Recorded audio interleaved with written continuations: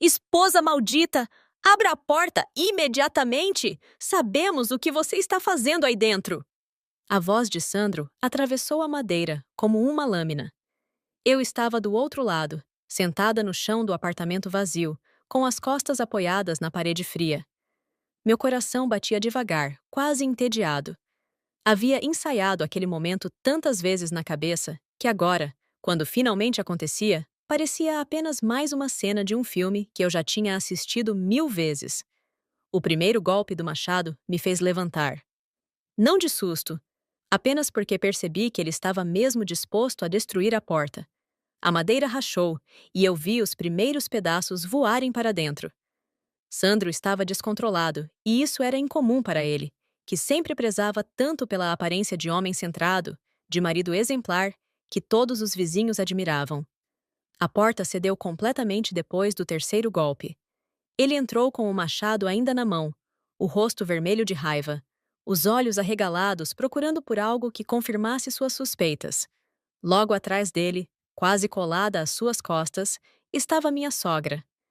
Ela trazia aquele sorriso que eu conhecia tão bem, aquele sorriso de quem está prestes a saborear uma vitória, de quem finalmente vai ver a nora indesejada ser exposta, humilhada, destruída. Mas quando os dois olharam para dentro do apartamento, o sorriso dela desapareceu como fumaça. Sandro parou no lugar, o machado quase escorregando de sua mão. O suor que tomou conta de seus rostos não tinha nada a ver com o esforço físico de arrombar a porta. Era o suor frio do medo, do choque, da compreensão súbita de que algo estava terrivelmente errado. O apartamento estava completamente vazio. Não havia móveis, não havia cortinas, não havia tapetes, quadros, eletrodomésticos. Nada. Apenas paredes brancas e nuas, chão de taco reluzente, e eu sentada no centro daquele vazio, com uma pequena mala ao meu lado. Onde? Onde está tudo? Sandro conseguiu murmurar, e a voz dele saiu trêmula, quase infantil. Eu me levantei devagar, sacudindo a poeira invisível das calças. Tinha 38 anos, alguns quilos a mais do que tinha aos 20, e nos últimos meses havia sido lembrada disso todos os dias. Sandro adorava comparar meu corpo com o de Aline, a namorada dele de 22 anos, personal trainer, toda esculpida na academia, com aquela pele bronzeada e aquele sorriso de quem nunca teve que se preocupar com contas, com traição, com dor. Você está procurando o quê, exatamente? Perguntei, e minha voz saiu calma, quase doce. Minha sogra deu um passo à frente, recuperando um pouco da compostura. Ela sempre foi uma mulher alta, imponente, do tipo que usa salto mesmo em casa e nunca sai sem maquiagem. Naquele dia não era diferente. Ela me olhou de cima a baixo e eu vi o desprezo nos olhos dela. Aquele desprezo antigo que ela nunca se deu ao trabalho de esconder. Não se faça de inocente comigo, Luciana. Sabemos muito bem o que você estava tramando aqui. Achava que podia enganar meu filho? Achava que podia trazer seus amantes para o apartamento dele? Eu quase ri. Quase. Mas me segurei, porque aquele não era o momento ainda. Ainda havia tanto a ser revelado, tanta verdade para vir à tona, e eu queria saborear cada segundo daquilo. Amantes? Repeti, fingindo confusão. Senhora Margarete, a senhora está bem? Precisa sentar? Só que não tem cadeira aqui, infelizmente. Sandro largou o machado no chão com um baque surdo. Ele se aproximou de mim, e pela primeira vez em meses eu vi algo diferente no olhar dele. Não era amor. Nunca mais seria. Era incerteza. Era medo. Luciana, para com isso. Onde estão as coisas? O que você fez? Eu caminhei até a janela. Lá fora, a cidade seguia seu ritmo normal. Carros passavam, pessoas caminhavam. A vida acontecia como sempre aconteceu. E ali dentro, naquele apartamento vazio, 3 pessoas estavam prestes a ter suas vidas viradas de cabeça para baixo. Eu não fiz nada que vocês não mereçam. Respondi, ainda olhando para fora. Aliás, fiz menos do que vocês merecem. Foi quando ouvi a voz de Aline. Ela estava no corredor, provavelmente tinha ficado para trás, enquanto Sandro arrombava a porta.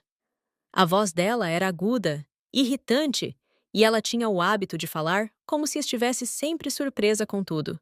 Amor, o que está acontecendo? Por que não tem nada aqui? Ela entrou no apartamento usando um vestido colado, daqueles que marcam cada curva, cada músculo trabalhado na academia. O cabelo loiro caía em ondas perfeitas sobre os ombros. Ela me olhou e sorriu, mas não era um sorriso amigável. Era o sorriso de quem já ganhou, de quem sabe que é mais jovem, mais bonita, mais desejada. Oi, Luciana. Que situação estranha, né? Você mudou de apartamento e não avisou ninguém? Nos últimos 6 meses, desde que descobri o caso entre Sandro e Aline, eu tinha escutado muita coisa. Muito mais do que qualquer mulher deveria ter que escutar. A descoberta tinha sido acidental, como sempre é. Eu tinha pegado o celular dele por engano. Os dois eram idênticos. E uma mensagem iluminou a tela. Era dela. Aline. Dizendo que mal podia esperar para ele se livrar daquela mulher gorda e sem graça que ocupava o espaço dela. Que em breve estariam juntos de verdade. Sem precisar se esconder. Sem precisar fingir. Minha primeira reação não foi chorar. Foi congelar. Simplesmente congelei ali, parada na cozinha, olhando para aquelas palavras que pareciam dançar na tela. Depois veio a náusea. Depois veio a raiva. Mas não deixei nada disso transparecer. Devolvi o celular para o lugar exato onde tinha pego, fiz o jantar como sempre fazia, e quando Sandro chegou em casa, sorri para ele. Ele não percebeu nada. Claro que não. Estava ocupado demais com seus próprios planos, com sua própria traição, para notar que a esposa que ele tanto desprezava estava começando a observá-lo com olhos completamente diferentes. Nos dias seguintes, comecei a investigar. Discretamente, silenciosamente. Verifiquei extratos bancários, rastros digitais, padrões de comportamento. E quanto mais descobria, mais enojada ficava. Não era só a Aline. Tinha havido outras antes dela. Muitas outras. Mas a Aline era especial, segundo as mensagens que consegui acessar. Aline era jovem o suficiente para dar a ele a ilusão de juventude recuperada. Aline era bonita o suficiente para ser exibida. Aline era ambiciosa o suficiente para aceitar ser amante enquanto planejava ser esposa. Foi quando comecei a planejar. Não minha saída, minha vingança. Sandro tinha começado a me comparar com ela abertamente. Dizia que eu tinha me largado, que não me cuidava mais, que tinha engordado demais para a idade. Ele fazia questão de comentar como a cintura de Aline era fina, como a pele dela era firme, como ela se preocupava com a aparência. E minha sogra? Margarete tinha virado melhor amiga de Aline quase que instantaneamente. As duas saíam juntas para almoçar, para fazer compras, para tomar café. Margarete adorava dizer, sempre que podia, que finalmente Sandro tinha encontrado uma mulher à altura dele. Uma mulher que cuidava do corpo, que se valorizava, que não era desleixada como certas pessoas. Certas pessoas. Ela nunca dizia meu nome, mas não precisava. Todos sabiam. Houve um dia, há cerca de 3 meses, em que Sandro chegou em casa com Aline. Simplesmente trouxe a amante para dentro da nossa casa, do nosso apartamento, do nosso quarto. Ele passou por mim na sala, disse que eu estava atrapalhando, que eu deveria ir para outro cômodo porque eles precisavam conversar em particular. As palavras que ele usou foram exatas, geladas. Ele me disse para sair da frente, que eu estava ocupando o espaço de quem realmente importava. Eu me lembro de ter ficado parada ali, segurando uma xícara de café, tentando processar o que estava acontecendo. E então ouvi os dois rindo no nosso quarto. Ouvi a Aline fazer algum comentário sobre como o apartamento era bonito, mas precisava de uma reforma, de uma decoração mais moderna. Ela disse que quando se casasse com Sandro, a primeira coisa que faria seria jogar fora todos aqueles móveis velhos que eu tinha escolhido. A voz dela ecoava pelo corredor, sem nenhum cuidado, sem nenhuma discrição, como se eu já não existisse ali. Margarete estava lá também naquele dia. Ela tinha ido nos visitar, ou melhor, tinha ido visitar Sandro e Aline. Ela entrou na sala, viu que eu ainda estava ali e fez questão de passar por mim como se eu fosse invisível. Mas antes de entrar no quarto, ela parou, olhou para mim por cima do ombro e soltou um comentário que ficou gravado na minha memória. Ela disse que era triste ver como algumas pessoas insistiam em ficar onde não eram queridas, que mulheres de verdade sabiam quando era hora de se retirar com dignidade. E então riu. Uma risada baixa, cruel, antes de se juntar aos dois no quarto. Eu ouvi os três conversando, rindo, planejando o futuro. Um futuro sem mim.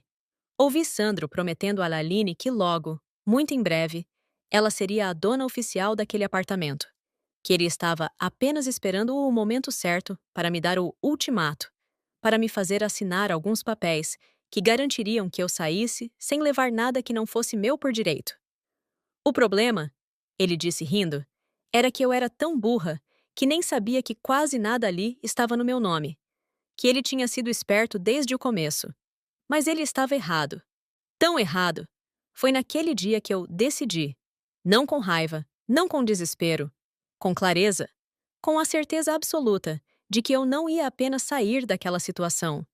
Eu ia virar o jogo completamente e ia fazer eles entenderem, de uma vez por todas, que subestimar alguém é o erro mais caro que se pode cometer. Naquela mesma noite, liguei para meu advogado. Dr. Henrique era um homem sério, metódico, que tinha cuidado dos assuntos da minha avó antes dela falecer. Expliquei a situação, mostrei os documentos que tinha, as gravações que tinha começado a fazer. Ele me olhou com uma expressão que misturava surpresa e admiração. Passamos as próximas semanas montando cada peça do quebra-cabeça. Cada documento foi verificado, cada propriedade foi catalogada, cada pagamento foi rastreado. E quanto mais fundo cavávamos, mais evidente ficava que Sandro tinha vivido às minhas custas durante anos, achando que estava sendo esperto, achando que estava no controle. Agora, vendo os três ali no apartamento vazio, eu sabia que tinha chegado a hora. Margarete olhou ao redor e vi que ela começava a entender que algo estava muito errado. Sandro puxou o celular do bolso, provavelmente para ligar para alguém, para tentar entender o que tinha acontecido. Aline continuava com aquele sorriso irritante, mas seus olhos mostravam confusão. Bem, comecei, e todos me olharam. Acho que está na hora de esclarecer algumas coisas. Margarete deu um passo à frente, apontando o dedo para mim. Você não tem o direito de mexer nas coisas do meu filho. Este apartamento é dele, tudo aqui é dele. Eu esperei ela terminar. Esperei em silêncio, com aquela paciência que eu tinha desenvolvido ao longo dos anos de casamento. Aquela capacidade de escutar desaforos e humilhações sem revidar. Só que agora, o silêncio não era de submissão. Era de poder. Na verdade, senhora Margarete, este apartamento é meu. Sempre foi. O silêncio que se seguiu foi absoluto. Até o barulho da rua parecia ter sumido. Sandro me encarou como se eu tivesse falado em outra língua. Do que você está falando? Ele conseguiu dizer. Estou falando que quando nos casamos, há 12 anos, foi minha avó quem comprou este apartamento para nós. Ela pagou à vista, com o dinheiro que tinha economizado a vida toda. E ela colocou o apartamento no meu nome. Apenas no meu nome. Vi a cor sumir do rosto de Sandro. Ele balançou a cabeça, como se pudesse desfazer minhas palavras com o movimento. Não, não, isso não é verdade. O apartamento é nosso. Era nosso enquanto éramos casados, mas não somos mais. Tirei um envelope da minha mala e estendi para ele. Sandro olhou para o envelope como se fosse uma cobra venenosa. Foi Margarete quem o pegou, com as mãos trêmulas, e abriu. Ela leu os primeiros parágrafos e ficou pálida. Divórcio, ela murmurou. Você pediu o divórcio. Há 3 meses, confirmei. E como você pode ver nos documentos, Sandro foi notificado. Ele apenas escolheu ignorar as notificações. Achou que se fingisse que não estava acontecendo, o processo pararia. Mas não parou. E agora está finalizado. Aline deu uma risada nervosa. Mas isso não muda nada, né? Eles vão dividir os bens. É assim que funciona. Eu a olhei pela primeira vez de verdade.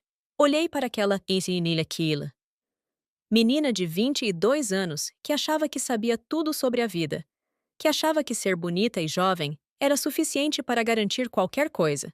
Aline, você conhece a palavra regime de bens? Ela piscou, confusa. O quê? Regime de bens. É o que determina como os bens do casal são divididos em caso de divórcio. Sandro e eu nos casamos em regime de separação total de bens. Sabe o que isso significa? Pelo silêncio dela, era óbvio que não sabia. Significa que o que é meu continua sendo meu, e o que é dele continua sendo dele. E acontece que este apartamento, todos os móveis, eletrodomésticos, tudo que você viu aqui nos últimos meses, tudo era meu. Comprado com meu dinheiro, com minha herança, com meu trabalho. Sandro finalmente reagiu. Ele se aproximou de mim, e eu pude ver a raiva começando a substituir o choque. Você está mentindo. Isso é mentira. Nós compramos tudo junto, com o meu salário também. Você realmente quer fazer isso? Perguntei cansada. Você quer mesmo que eu traga os recibos, os comprovantes, as notas fiscais? Todas em meu nome, pagas com minha conta bancária? Quer que eu mostre como nos últimos 8 anos você mal contribuiu com as despesas da casa, porque estava ocupado gastando seu dinheiro com suas amantes? A palavra ficou pendurada no ar. Amantes, no plural. Aline olhou para Sandro com uma expressão de surpresa que teria sido cômica se não fosse tão patética. Isso. Amantes? Quantas? Mas eu não estava interessada no drama entre os dois. Eu tinha esperado tempo demais por aquele momento para me distrair agora. Então, resumindo, continuei com voz firme. O apartamento é meu e está vazio porque eu retirei tudo que era meu. O que significa tudo? As panelas eram minhas. O sofá era meu. A televisão, a geladeira, a cama, tudo. E já que estamos sendo honestos, a casa da praia também é minha. Foi presente da minha avó quando completei 30 anos. Vocês devem ter gostado de passar os últimos 3 finais de semana lá, não é mesmo? Margarete deixou o envelope cair no chão. Ela me olhou com um ódio tão puro que quase podia ser tocado. Você não pode fazer isso. Não pode simplesmente tirar tudo e deixar meu filho sem nada. Posso sim, respondi.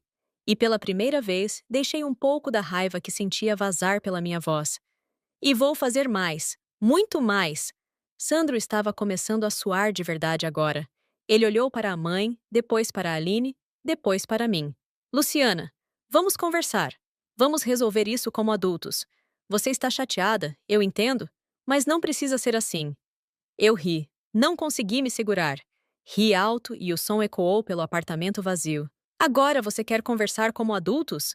Depois de me trair durante anos? Depois de trazer sua amante para dentro da nossa casa? Depois de ficar me comparando com ela na minha frente? Depois de me chamar de gorda, de desleixada, de velha? Eu nunca disse que você era velha. Ele protestou, fracamente. Você disse, muitas vezes.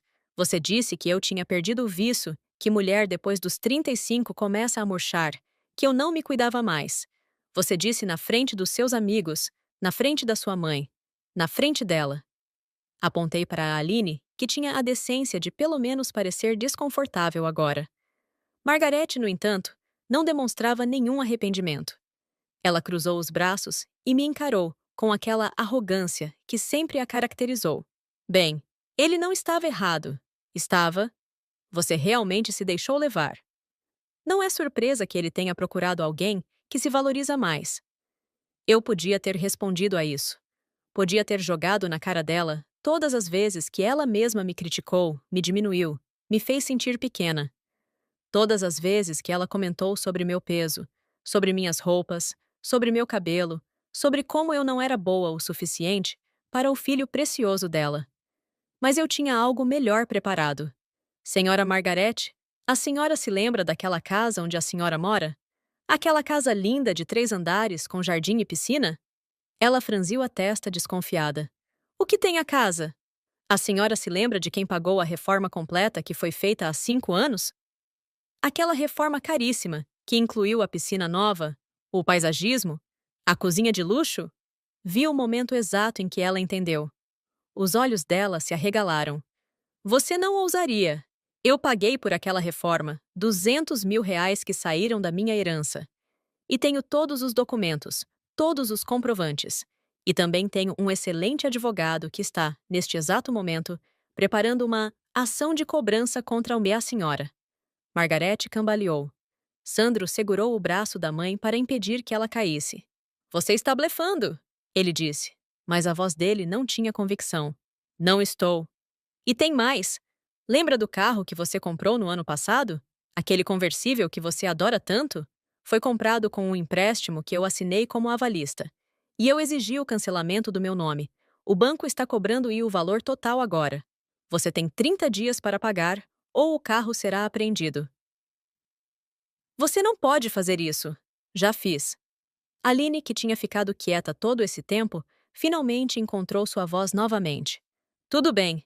Você está brava. A gente entende. Mas isso tudo é muito dramático, não acha? No fim das contas, você também vai seguir com sua vida. Não precisa ser má. Eu a encarei. Encarei aquela menina que tinha ajudado a destruir meu casamento, que tinha entrado na minha casa, dormido na minha cama, usado minhas coisas como se fossem dela, que tinha rido de mim, me chamado de velha e gorda, que tinha feito planos para o futuro dela com meu marido, como se eu simplesmente desaparecesse sem deixar rastros. Má? Repeti. Você acha que isso é ser má? Aline, você não tem ideia do que é ser má, mas vai aprender. O que você quer dizer com isso? Eu sei sobre o apartamento que Sandro alugou para você. Aquele apartamento bonito, de 2 quartos, com vista para o parque. Ele te disse que era dele, não disse? Que ele tinha comprado para vocês? Aline olhou para Sandro, que tinha ficado branco como papel. Ele mentiu. Continuei. O apartamento é alugado. E quem paga o aluguel? Era eu. Através de uma transferência automática que eu configurei há meses, quando descobri sobre vocês. Eu queria ter certeza de onde você estava, do que estava fazendo. E agora cancelei o pagamento. O proprietário vai despejá-la até o fim da semana. As pernas de Aline pareciam ter virado gelatina. Ela se apoiou na parede, a boca aberta em choque. Mas. Mas eu moro lá, minhas coisas estão lá. Melhor tirá-las rápido, então. Sandro tentou uma última vez. Luciana, por favor, eu sei que errei. Sei que fui um idiota. Mas isso. Isso é vingança. Isso é você sendo cruel de propósito. Cruel? A palavra quase me fez rir de novo. Você quer falar sobre crueldade? Vamos falar então sobre as vezes que você me acordou no meio da noite para me dizer que eu estava ficando velha e feia. Vamos falar sobre quando você me comparou com outras mulheres na frente dos meus próprios amigos. Vamos falar sobre quando você trouxe a Line para o meu aniversário de 37 anos e me fez sentar à mesa com vocês dois enquanto ela praticamente sentava no seu colo. Sandro tentou negar com a cabeça, mas não tinha como. Tudo aquilo tinha acontecido. E pior, tinha acontecido com a aprovação silenciosa dele, com a permissão dele, com o incentivo dele. Mas nada disso se compara. Continuei, sentindo minha voz tremer pela primeira vez. Ao dia em que você me disse que eu deveria ser grata por você ainda estar comigo. Que mulher da minha idade, do meu tamanho, não conseguiria ninguém melhor. Que eu deveria aceitar a situação e parar de fazer escândalo. Ninguém disse nada. O silêncio voltou a preencher o apartamento vazio. Então não, concluí. Eu não estou sendo cruel. Estou sendo justa. Estou pegando de volta tudo que é meu. E estou me certificando de que vocês entendam as consequências das suas escolhas. Margarete finalmente se recuperou o suficiente para falar novamente. Nós vamos processar você. Vamos levar isso aos tribunais. Você não vai se safar. Por favor, faça isso, respondi, sorrindo pela primeira vez. Meu advogado adoraria, principalmente porque ele tem gravações. Gravações de vocês três conversando sobre como iam me expulsar do apartamento. Como iam fazer eu assinar uma renúncia de direitos sobre os bens. Como iam me humilhar até eu desistir de tudo. Vi o medo se instalar de vez nos olhos deles. Sandro balançou a cabeça, desesperado. Você gravou a gente? Gravei, durante meses. Cada comentário maldoso, cada plano, cada humilhação. Está tudo documentado. E se vocês tentarem me processar, vou usar tudo isso. Vou tornar público. Vou me certificar de que todos saibam exatamente que tipo de pessoas vocês são. Aline começou a chorar. Não aquele choro bonito de novela, mas um choro feio, desesperado, de quem finalmente entende que perdeu. Eu sinto muito, ela soluçou. Eu sinto muito, Luciana. Eu não sabia. Eu não pensei. Você não pensou? Concordei. E esse é o problema, Aline. Você nunca pensou. Apenas achou que podia pegar o que quisesse, sem consequências. Assim como ele. Olhei para Sandro, que estava parado ali, parecendo 10 anos mais velho do que era. E você, Sandro?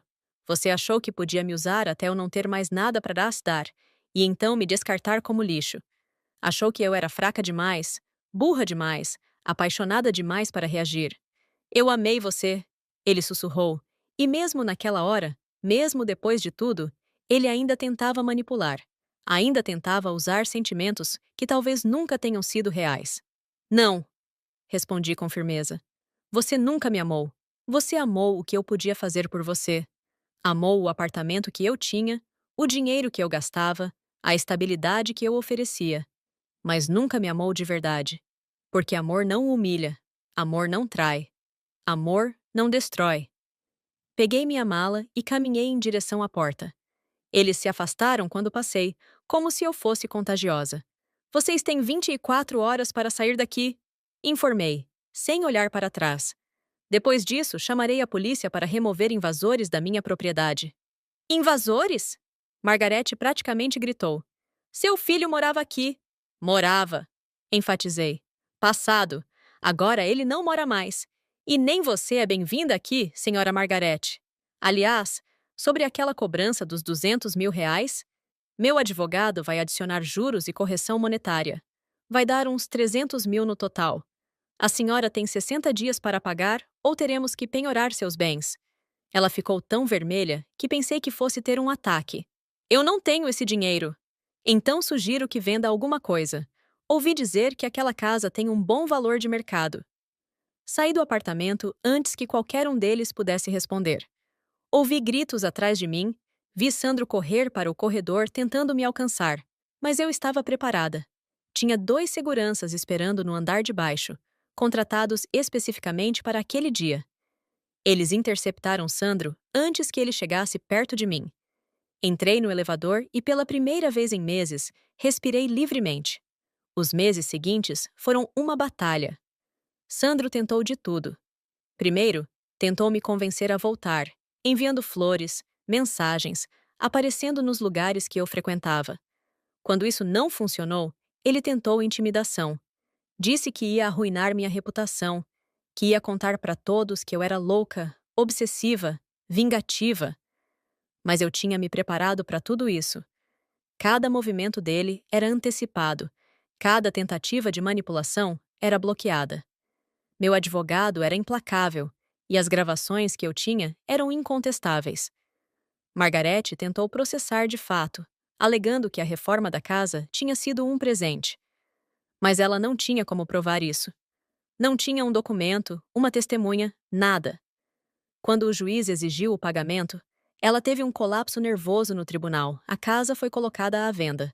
Uma casa linda de 3 andares, que ela amava mais do que amava o próprio filho. Ela conseguiu vendê-la por um bom preço, o suficiente para pagar a dívida comigo e ainda sobrar um pouco, mas não o suficiente para comprar outra casa igual. Ela acabou se mudando para um apartamento pequeno, de 2 quartos, em um bairro muito mais modesto. Eu soube, por conhecidos em comum, que ela teve que vender as joias, os vestidos de grife, a bolsa cara que tinha ganhado de Sandro no último Natal. Tudo para cobrir as despesas legais e o que sobrou da dívida depois da venda da casa. Sandro perdeu o carro, como prometido. O banco apreendeu o conversível azul que ele tanto amava, aquele que ele costumava dirigir com Aline ao lado, os dois rindo, sem se importar com quem os visse. Sem o apartamento, sem o carro, sem a mesada que eu costumava complementar sem ele saber, Sandro teve que voltar a viver como vivia antes de me conhecer. Em um apartamento alugado, dividindo com mais 2 pessoas, pegando ônibus para ir ao trabalho. E Aline? Aline foi talvez a que sofreu mais. Sem o apartamento que Sandro tinha prometido, sem o estilo de vida que ela achava que teria, ela voltou a morar com os pais. Mas a família dela não estava feliz com a situação. Eles a culpavam por ter se envolvido com um homem casado, por ter acreditado em promessas vazias, por ter largado o emprego, achando que seria sustentada para sempre. Ela tentou voltar a trabalhar como personal trainer, mas a maioria dos clientes dela eram amigos ou conhecidos que frequentavam a mesma academia onde ela e Sandro se conheceram. E todo mundo sabia da história. Alguns a evitavam por princípio moral. Outros simplesmente não queriam se associar a alguém com uma reputação manchada. Houve um dia, cerca de 6 meses depois daquela cena no apartamento, em que esbarrei com Sandro na rua. Foi completamente acidental. Eu estava saindo de um café e ele estava passando pela calçada. Nossos olhos se encontraram por um segundo. Ele estava diferente, mais magro, com olheiras profundas, a barba por fazer. Parecia cansado de uma forma que ia além do físico. Parecia derrotado. Ele abriu a boca para dizer algo, mas fechou novamente. O que poderia dizer? Que sentia muito? Que tinha errado? Palavras vazias que não mudariam nada, que não devolveriam os 12 anos que passei ao lado dele, que não apagariam as humilhações, as traições, a dor. Continuei caminhando, e ele não tentou me seguir. 3 meses depois desse encontro, recebi uma mensagem de Margarete. Era longa, cheia de erros de digitação, como se tivesse sido escrita às pressas ou com as mãos tremendo. Ela dizia que estava arrependida, que tinha sido uma tola por me tratar do jeito que tratou, que eu sempre fui boa para Sandro, que eu sempre fui uma boa esposa e que ela deveria ter me defendido em vez de incentivar o filho a me trair.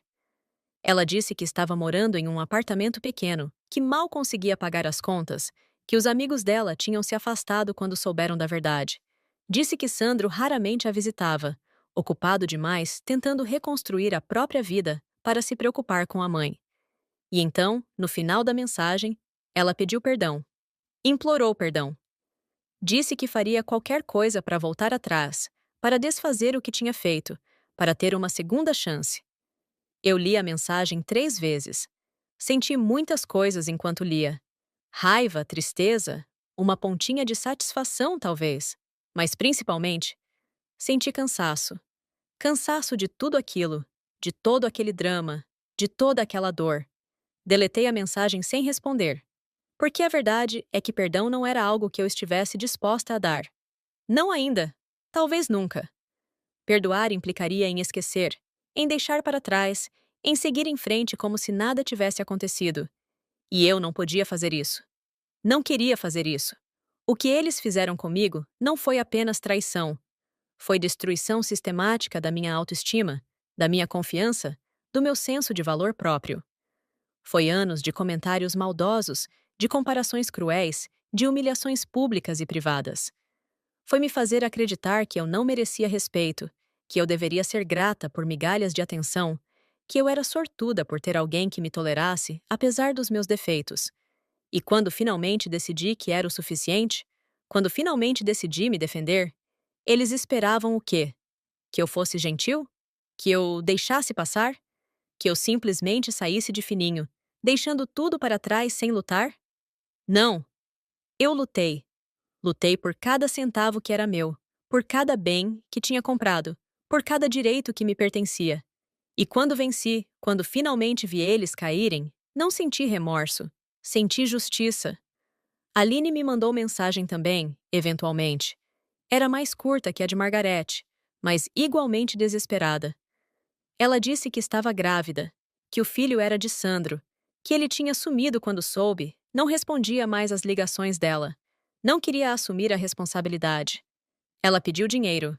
Não diretamente, mas deu a entender que estava em dificuldades, que não tinha como se sustentar, que a família dela tinha limitado a ajuda que ofereciam. Eu também não respondi, porque por mais que uma parte de mim pudesse sentir pena da situação dela, outra parte, a parte que tinha sido ferida e humilhada, lembrava de todas as vezes que ela riu de mim, de todas as vezes que ela ajudou Sandro a me diminuir, de todas as vezes que ela entrou na minha casa como se já fosse dona do lugar. As consequências das nossas ações às vezes levam tempo para aparecer, mas sempre aparecem. E tanto Aline quanto Sandro estavam descobrindo isso da pior forma possível. Passaram-se quase 2 anos desde aquele dia no apartamento vazio. 2 anos desde que virei a mesa e mostrei que eu não era aquela mulher fraca e submissa que eles pensavam que eu era. Minha vida mudou completamente. Vendi o apartamento por um preço excelente e comprei uma casa menor, mais aconchegante, em um bairro tranquilo. Voltei a estudar, fazendo um curso que sempre quis fazer, mas nunca tive tempo. Comecei a viajar, a conhecer lugares novos, a fazer amizades verdadeiras com pessoas que me valorizavam. E, mais importante, voltei a me olhar no espelho e gostar do que via. Não porque tinha emagrecido ou mudado minha aparência drasticamente, mas porque finalmente entendia que meu valor não estava no número da balança, na idade que tinha, ou no que outras pessoas pensavam de mim.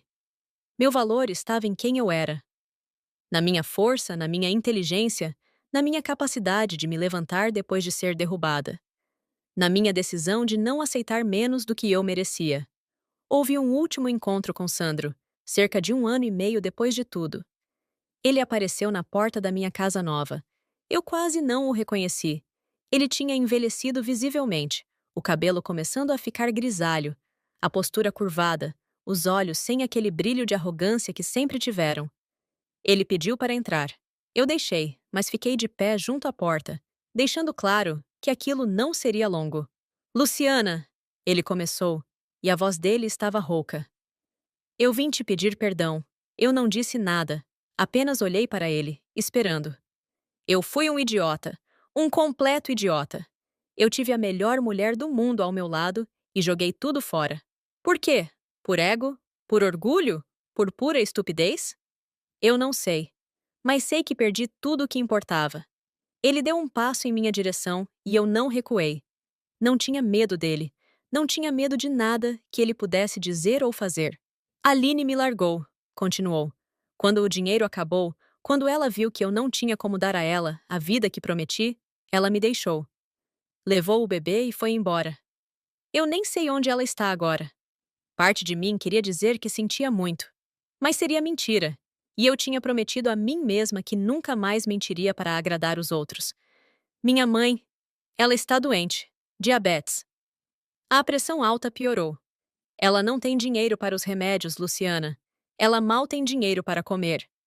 Ele me olhou com aqueles olhos que um dia eu achei que amava.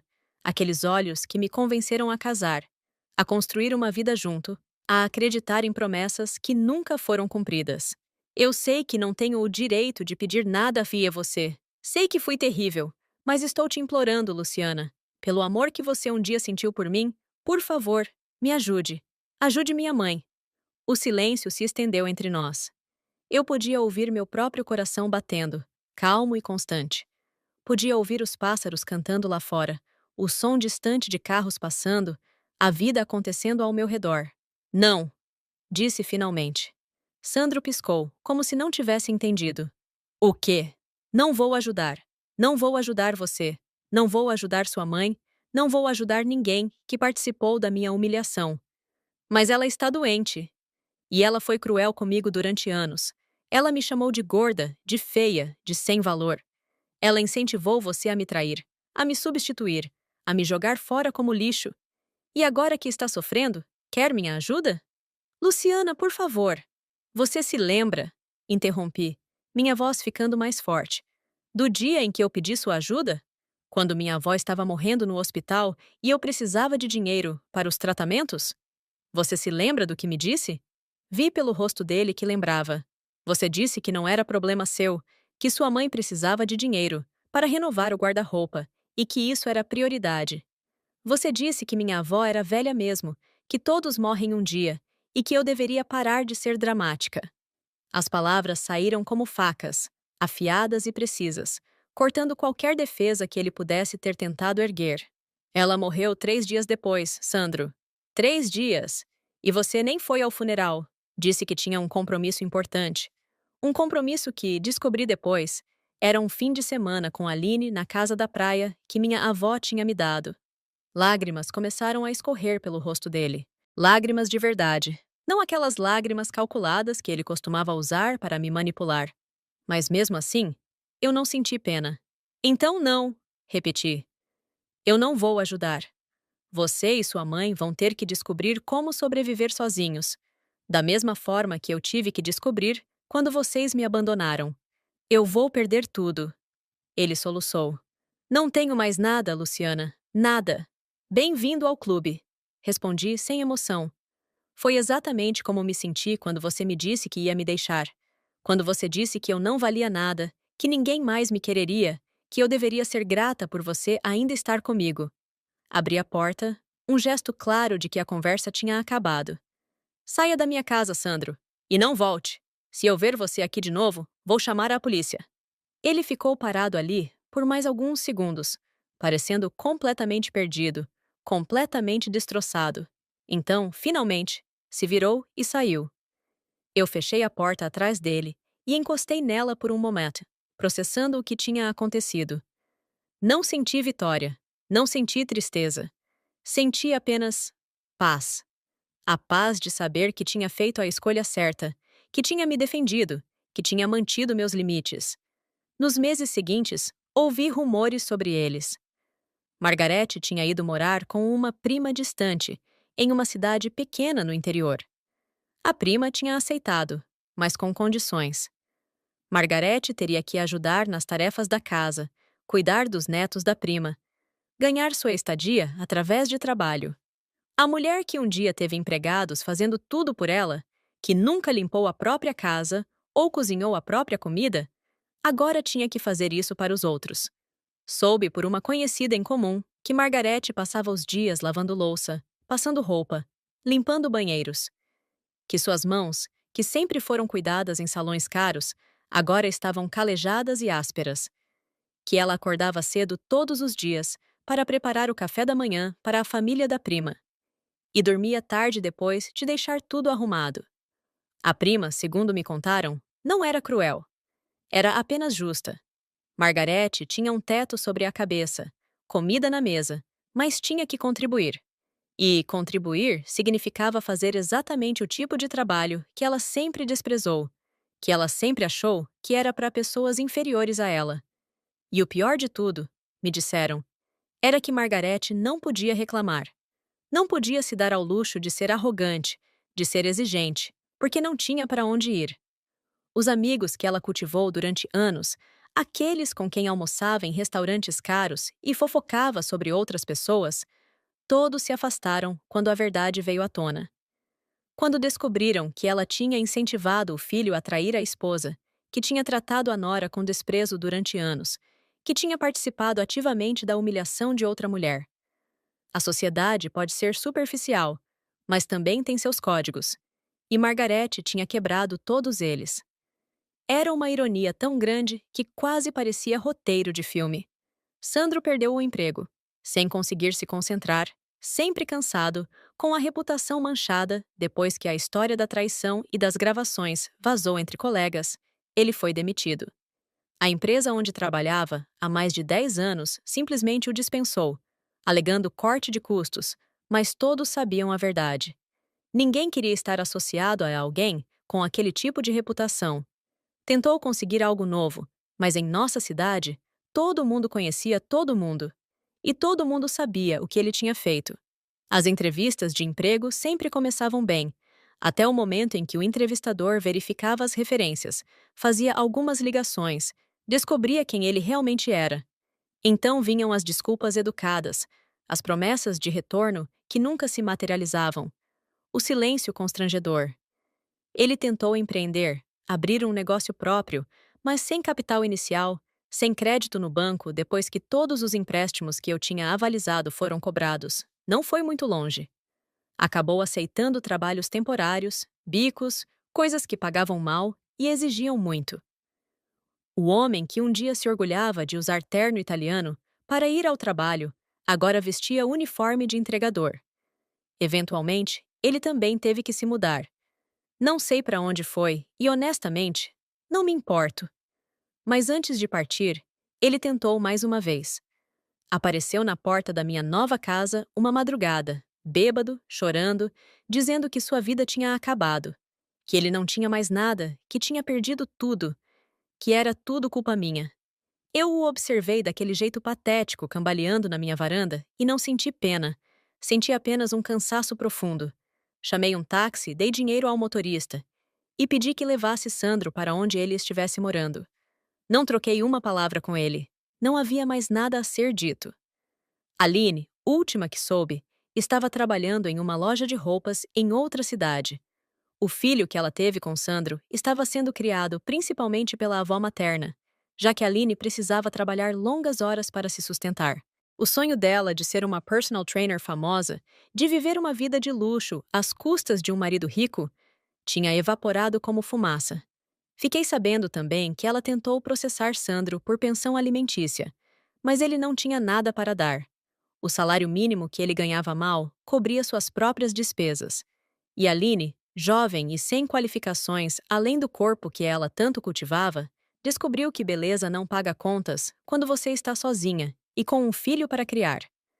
A mãe dela, segundo me contaram, nunca perdoou a filha por se envolver com um homem casado.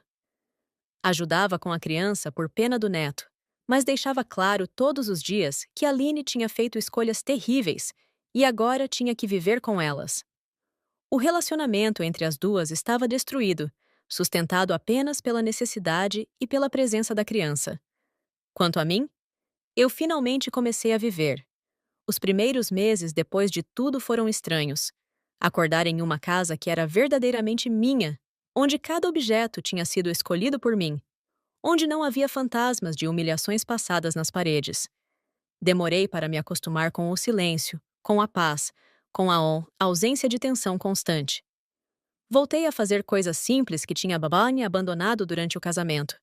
Comecei a pintar de novo, algo que amava na adolescência, mas que Sandro sempre zombou, dizendo que era passatempo de gente sem ambição. Descobri que ainda tinha jeito, que minhas mãos ainda lembravam como segurar o pincel, como misturar as cores. Matriculei-me em aulas de cerâmica. Fiz amizade com outras mulheres ali. Mulheres que não me conheciam como a esposa traída do Sandro, mas simplesmente como Luciana. Foi libertador ser apenas eu mesma, sem o peso de uma história que todos achavam que conheciam. Viajei, sozinha. Peguei um avião para lugares que sempre quis conhecer, mas que Sandro dizia serem perda de tempo ou dinheiro. Caminhei pelas ruas de cidades antigas, comi em restaurantes locais, tirei fotos não para mostrar para ninguém, mas para guardar para mim mesma.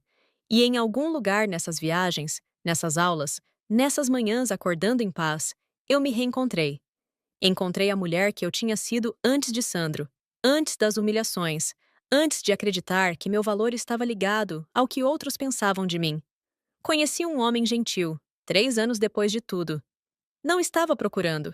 Não estava sequer aberta para a possibilidade. Mas ele apareceu mesmo assim.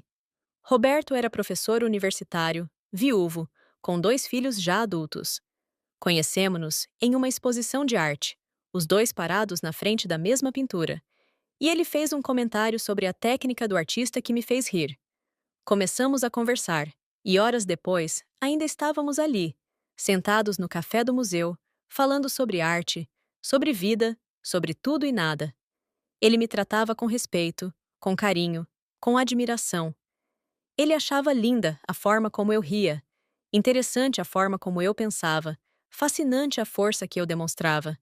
E o mais importante, ele me via. Realmente me via.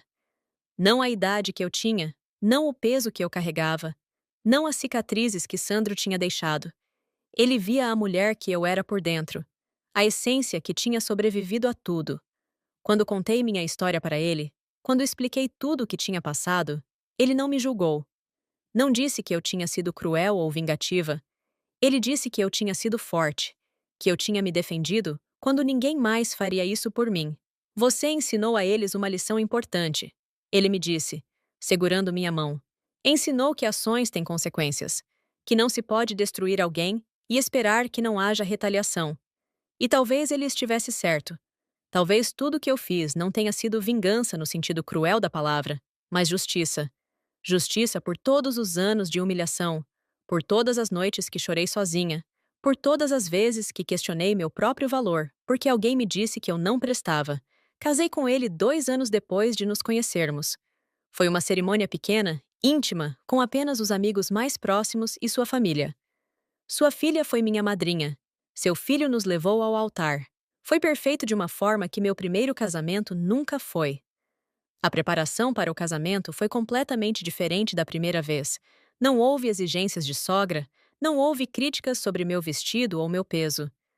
A filha de Roberto, Marina, me ajudou a escolher o vestido. Passamos um dia inteiro em lojas, experimentando modelos, rindo de como alguns eram ridículos, até encontrarmos o perfeito. Não era o vestido mais caro, nem o mais elaborado. Era simplesmente o que me fazia sentir bonita, o que me fazia sentir eu mesma. O filho de Roberto, da Daniel, fez questão de me chamar de mãe desde o primeiro dia. Ele disse que tinha perdido a mãe biológica há 5 anos, mas que podia ver como eu fazia o pai dele feliz, como eu trazia luz de volta para aquela casa. Chorei quando ele disse isso, lágrimas de gratidão por ser aceita de uma forma tão pura, tão genuína. E quando estava lá, vestida de branco novamente, aos 43 anos, alguns quilos acima do peso padrão das revistas, alguns fios grisalhos começando a aparecer, eu me senti bonita, me senti amada, me senti valorizada. Roberto me olhou no altar com lágrimas nos olhos. Segurou minhas mãos e disse, na frente de todos, que eu era a mulher mais forte que ele já conhecera, que minha história não me definia, mas mostrava do que eu era feita, que ele se sentia honrado de poder passar o resto da vida ao meu lado. E ali, naquele momento, percebi que tinha finalmente encontrado o que sempre mereci: respeito, admiração, amor verdadeiro. Porque finalmente estava com alguém que me via. De verdade.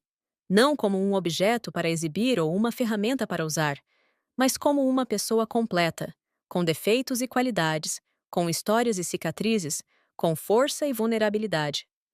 Às vezes, quando olho para trás, para tudo o que aconteceu, me pergunto se poderia ter feito diferente, se poderia ter sido mais gentil, mais compassiva, mais perdoadora.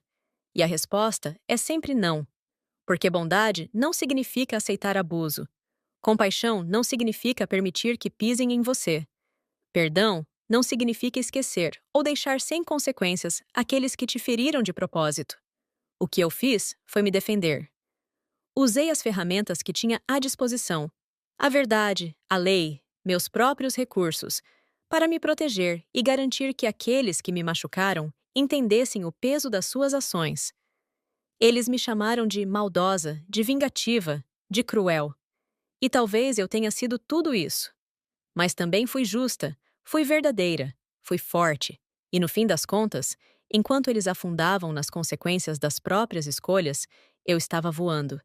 Livre, finalmente livre, para ser quem eu sempre fui, sem medo, sem vergonha, sem precisar me diminuir para fazer outros se sentirem maiores. A última vez que ouvi falar de Sandro foi há 6 meses. Alguém comentou que o viu na rua pedindo dinheiro.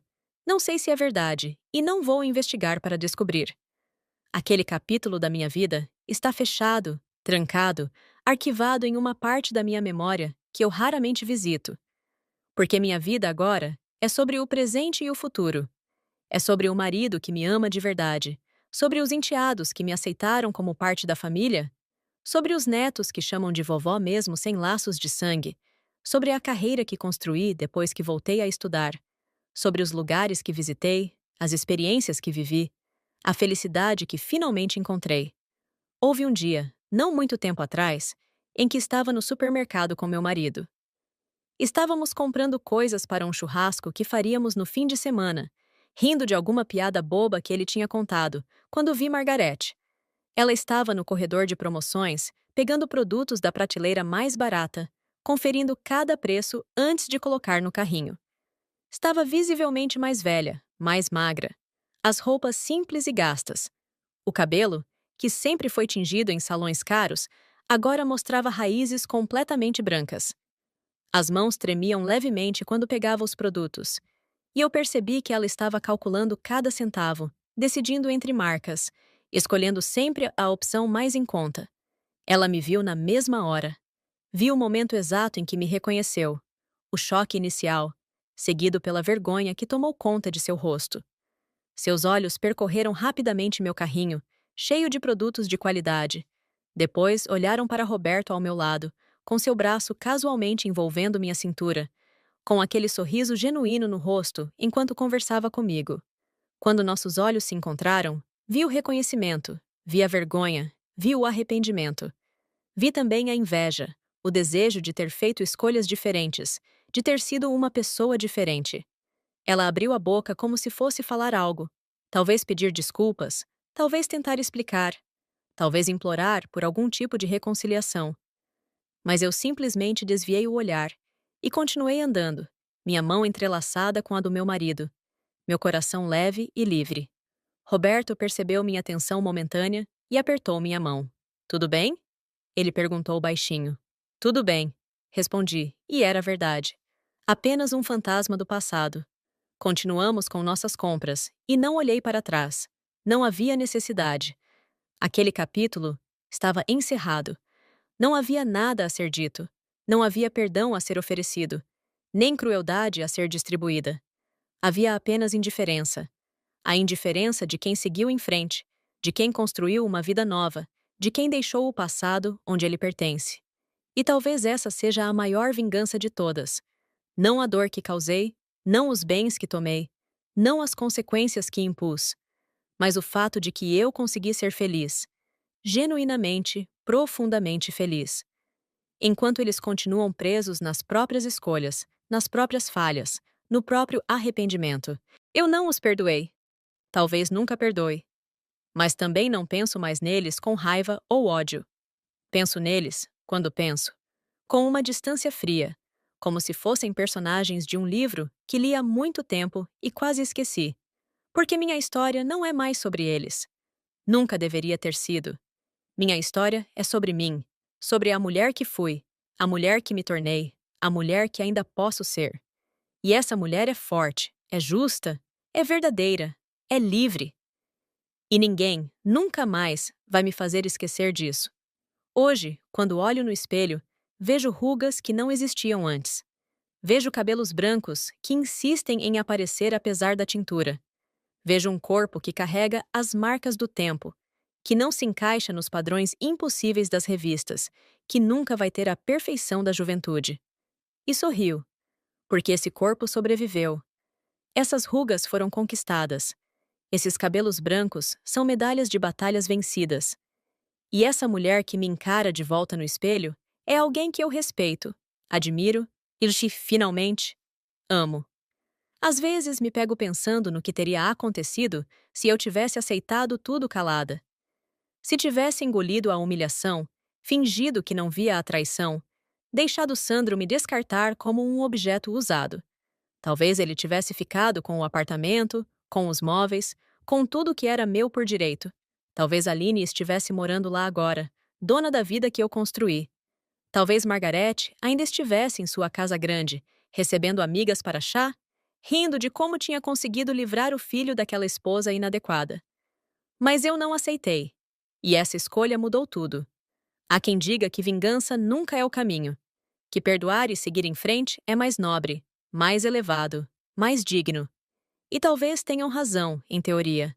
Mas na prática, perdoar sem justiça é apenas permitir que o abuso continue sem consequências. É ensinar ao abusador que pode fazer o que quiser, que sempre haverá alguém disposto a absorver a dor em silêncio. Eu não quis ser essa pessoa. Não quis ensinar essa lição.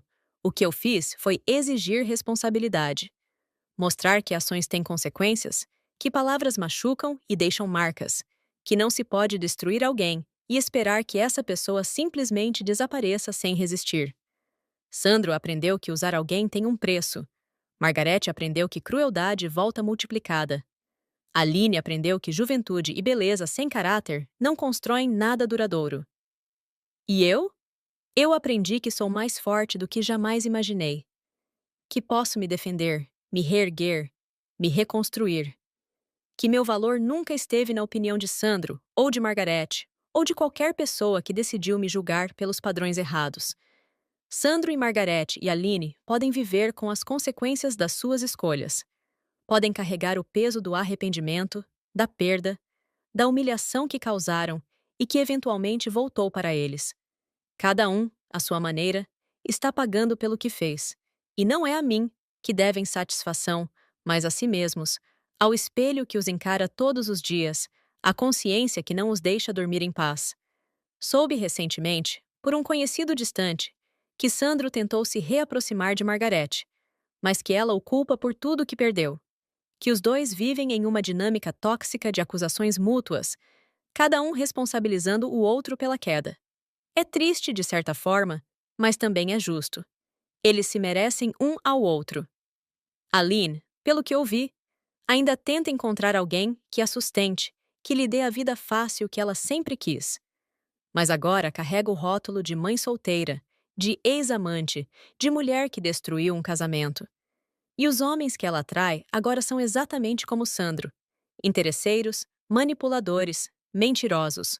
O ciclo se repete e ela não consegue ver que o problema não está nos outros, mas nas escolhas que continua fazendo. Eu vou viver leve, vou viver livre, vou viver feliz. E não há vingança maior do que essa. Há algo poderoso em perceber que a felicidade é a melhor resposta para quem tentou te destruir. Não a felicidade fingida, aquela que a gente posta nas redes sociais para provocar inveja, mas a felicidade real, profunda, que vem de acordar de manhã e sentir gratidão por estar viva, por ter superado, por ter escolhido lutar em vez de desistir. Minha vida hoje é simples, mas é minha. Tenho uma casa que amo, um marido que me respeita, uma família que me acolheu, amigos verdadeiros que me conhecem de verdade. Não sou rica, não sou famosa, não sou perfeita, mas sou livre. E liberdade, descobri, vale mais do que qualquer coisa que Sandro poderia ter me oferecido. Quando penso em tudo o que aconteceu, em toda a dor, toda a humilhação, toda a luta, não sinto mais raiva. Sinto apenas uma distância tranquila, como quem olha para um acidente de trânsito na contramão. Terrível, mas que não me afeta mais diretamente. Eles foram parte da minha história, mas não são minha história. Minha história é sobre resistência, sobre reconstrução, sobre descobrir que dentro de mim sempre existiu uma força que eu desconhecia. Uma força que me levantou quando tudo parecia perdido, que me guiou quando o caminho estava escuro, que me sustentou quando achei que ia quebrar. E essa força ainda está aqui, mais forte agora, temperada pela experiência, afiada pela dor, polida pela vitória. Então, quando alguém me pergunta se me arrependo do que fiz, se não acho que fui longe demais, se não sinto culpa por ter destruído a vida deles, minha resposta é sempre a mesma. Não. Não me arrependo de ter me defendido. Não me arrependo de ter exigido justiça. Não me arrependo de ter mostrado que não sou, nunca fui e nunca serei uma vítima passiva. Eles fizeram suas escolhas, eu fiz as minhas. E hoje, olhando para o resultado final, sei que fiz as escolhas certas. Porque no fim, a verdadeira vingança não foi tirar deles o que era meu. Não foi vê-los sofrerem as consequências das próprias ações. Não foi nem mesmo a satisfação de provar que estavam errados sobre mim. A verdadeira vingança foi me tornar tão feliz que eles se tornaram irrelevantes. E não há vitória maior do que essa. Gostou do vídeo? Deixe seu like, inscreva-se, ative o sininho e compartilhe. Obrigada por fazer parte da nossa comunidade. Até o próximo vídeo!